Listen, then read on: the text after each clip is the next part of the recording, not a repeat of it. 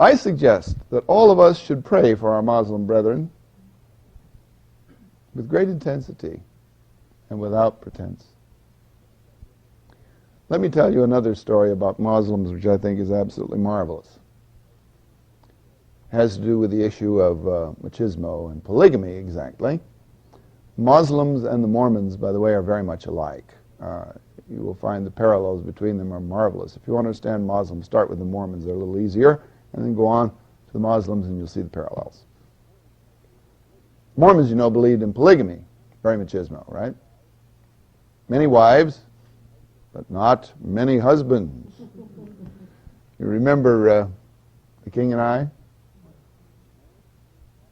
Man is like a honeybee who fly from flower to flower to flower, but flower never ever fly from bee to bee to bee.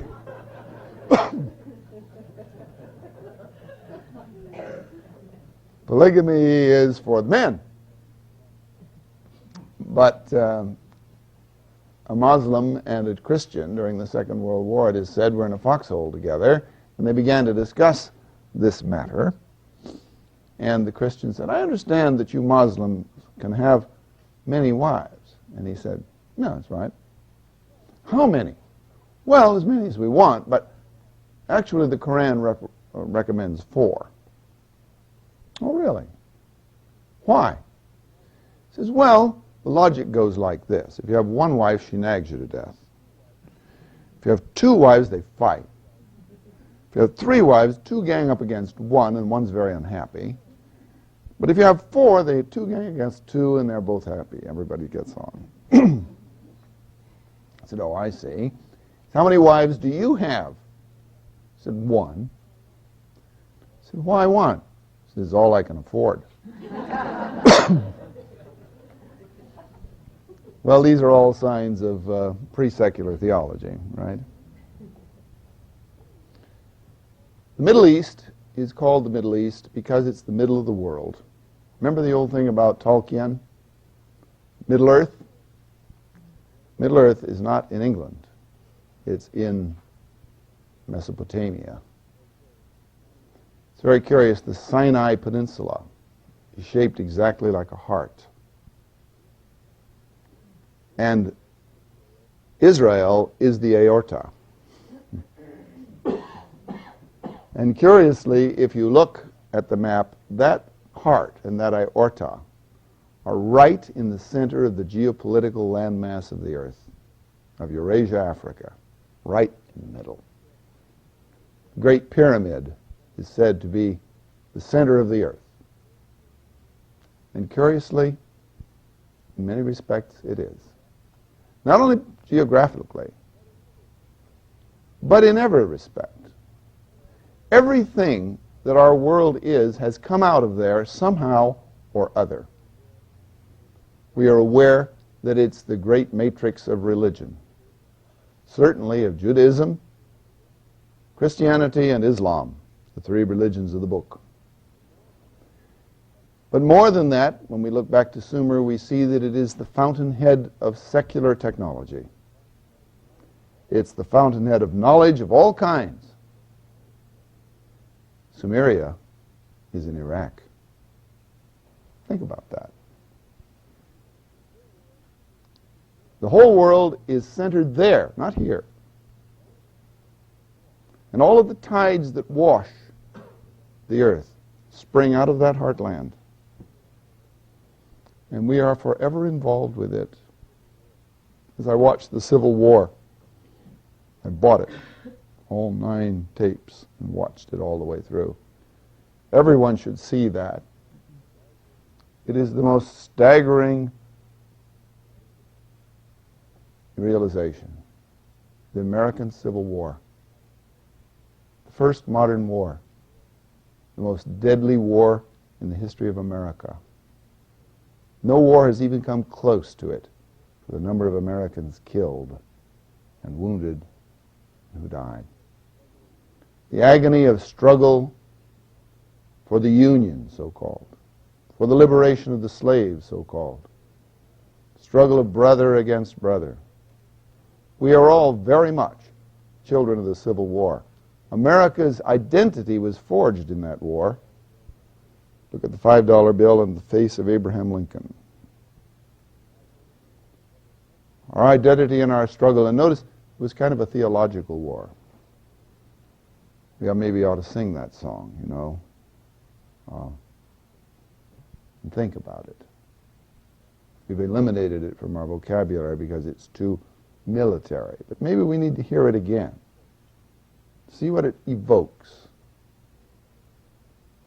Glory, glory, hallelujah.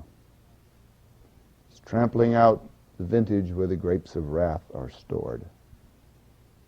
Yes. John Brown's body, that's the other part, lies asleep and in the grave, but his soul goes marching on.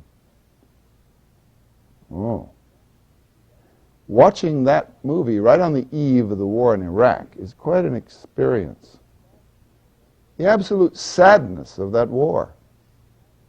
The pathos is just gripping, you know. There, not the revolution, but there, the identity of the nation was forged. Who are we? Where did we come from? And where are we going?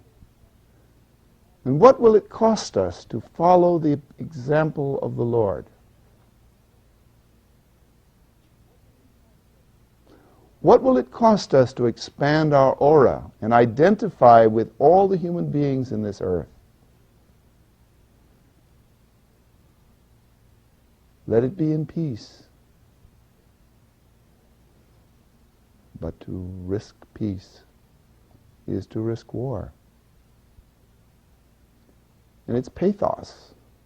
And it's sorrowful. And we're all involved. You can't draw any boundaries. You can't exclude the Buddhists, or the Chinese, or the Iraqis, or the Russians, or the Lithuanians, or anybody else. Somehow or another, it would be easier not to be responsible. But we are. And the hope is that there is a post-secular divinity that we can find in ourselves. And I know I've gone on too long this morning, but let me tell you where the post-secular divinity is to be found and exactly how. Where, to what divinity shall the prayer be directed? First of all, the despair. God is too big for me.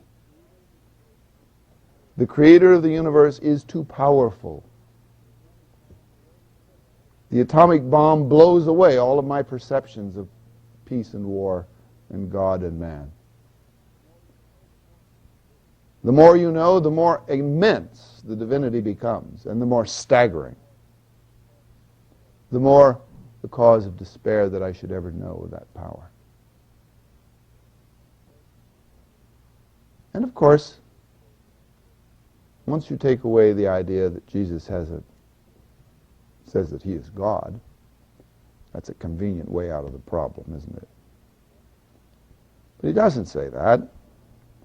What he says is, as I am able to conceive God and have God's powerful effects work in me, so you can have those effects work in you. How will you find that God? You notice that Jesus, as soon as the Spirit descends upon him, in the baptism, goes immediately into the wilderness. Sierra Club said something about that. In wilderness is the recreation of the world. Why? Because the wilderness of the earth awakens the wilderness of the human heart.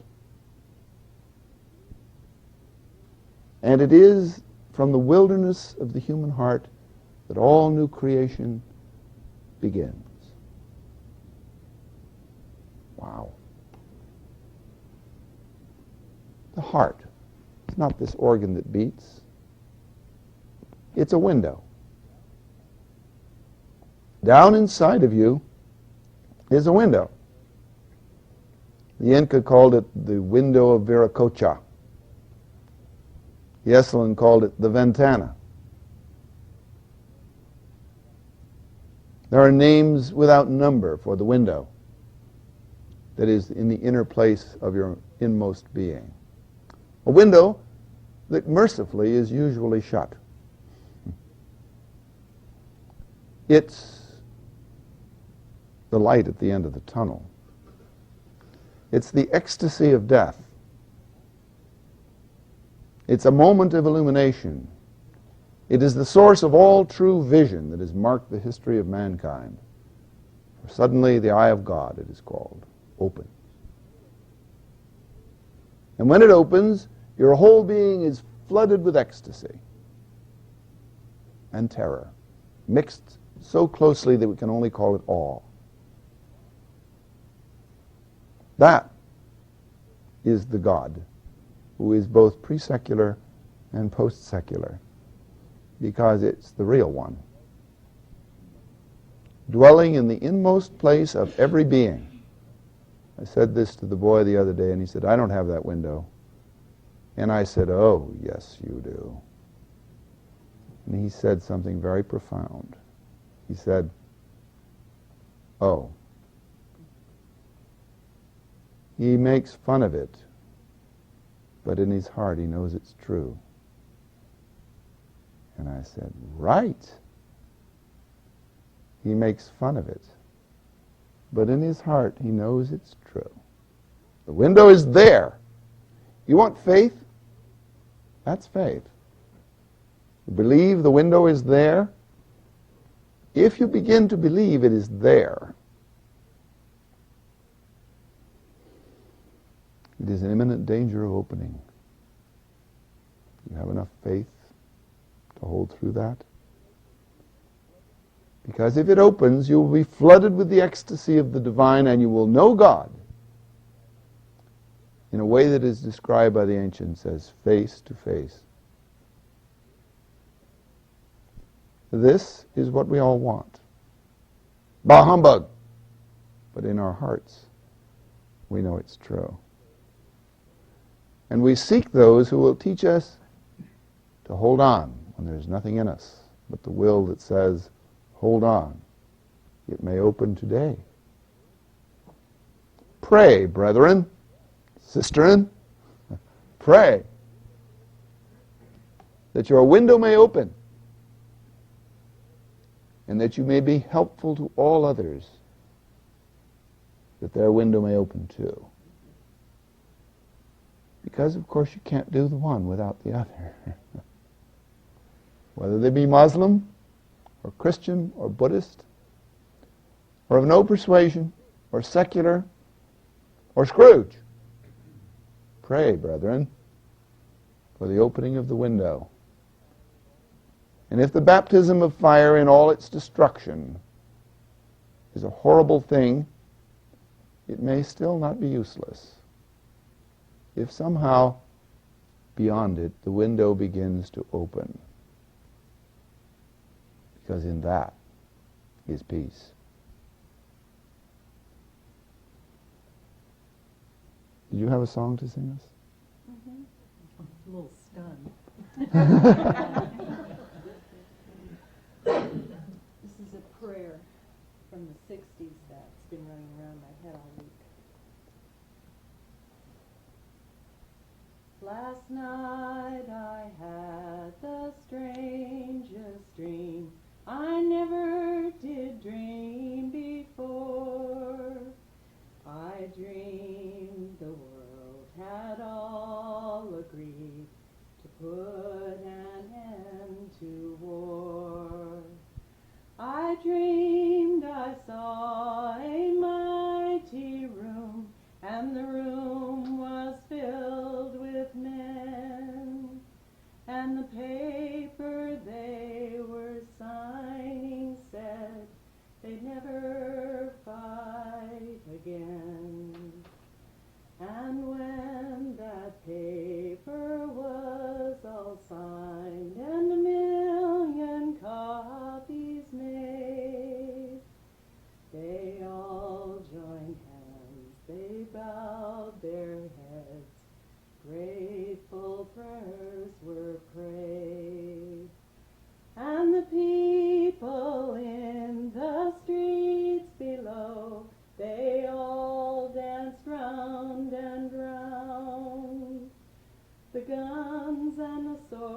swords and the uniforms lay scattered on the ground.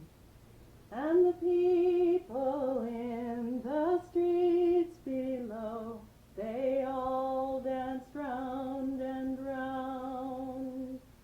And the guns, the swords, and the uniforms lay scattered on the ground.